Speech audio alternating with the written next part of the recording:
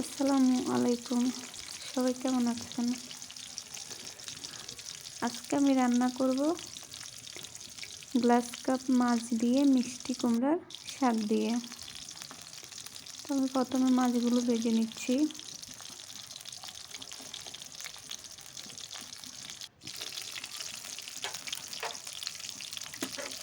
এখন আমি মাছগুলো উল্টিয়ে নিচ্ছি, এক পাশ হয়ে গিয়েছে।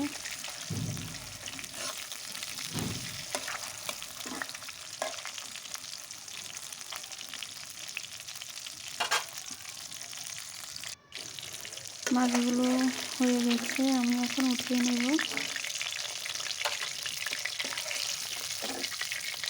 সবগুলো মাছ উঠিয়ে নিচ্ছি।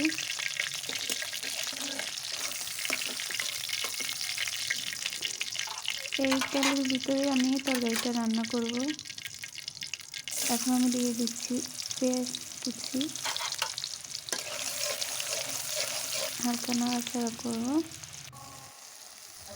এখন আমি সবগুলো উপকরণ দিয়ে দিয়েছি, হলুদ, মরিচ, লবণ, আদা রসুন, সামান্য পরিমাণ পানি দিয়ে ভালো মতো কষিয়ে নিচ্ছি।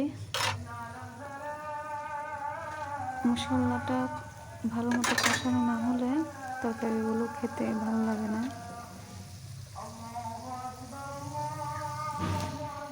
আমি শাক দিয়ে দিয়েছি, তেলটা উপরে উঠে এসেছে।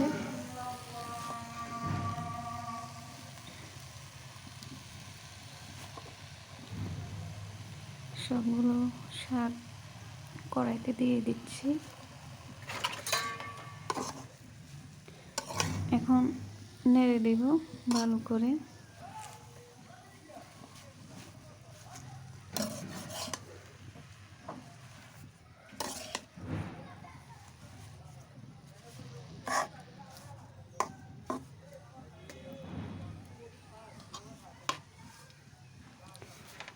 শাকটা আমি এখন ঢেকে দিব।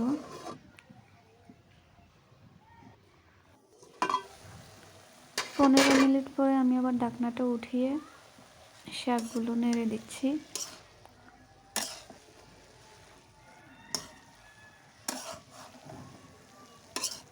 ভালো করে কষানো হয়ে গেছে শাকগুলো।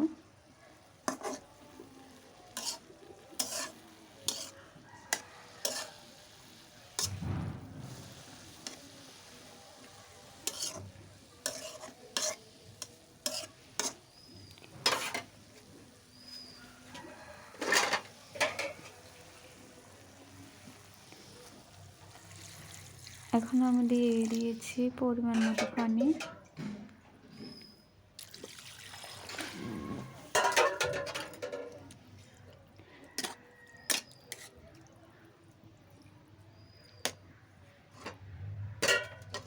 তরকারিটা ভালো করে পানির সঙ্গে মিশিয়ে দিয়েছি। এখন দিয়ে দিচ্ছি মাছগুলো, ভেজে রাখা মাছগুলো।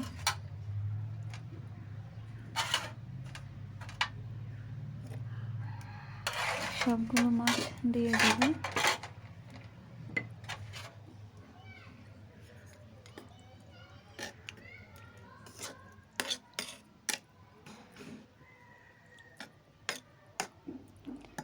এখন আমি তরকারিগুলো ঢেকে দিব।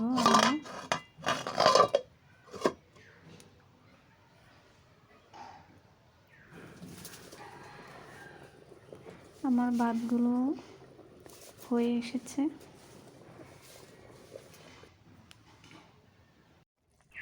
আমি আবার ঢাকনাটা উঠিয়ে নিয়েছি। লবণ দিয়েছি পরিমাণ মতো। প্রথমে একটু লবণ কম হয়েছিল,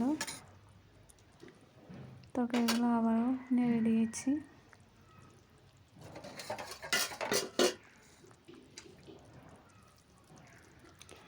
এখন আমি ধনিয়া পাতা দিয়ে দিচ্ছি।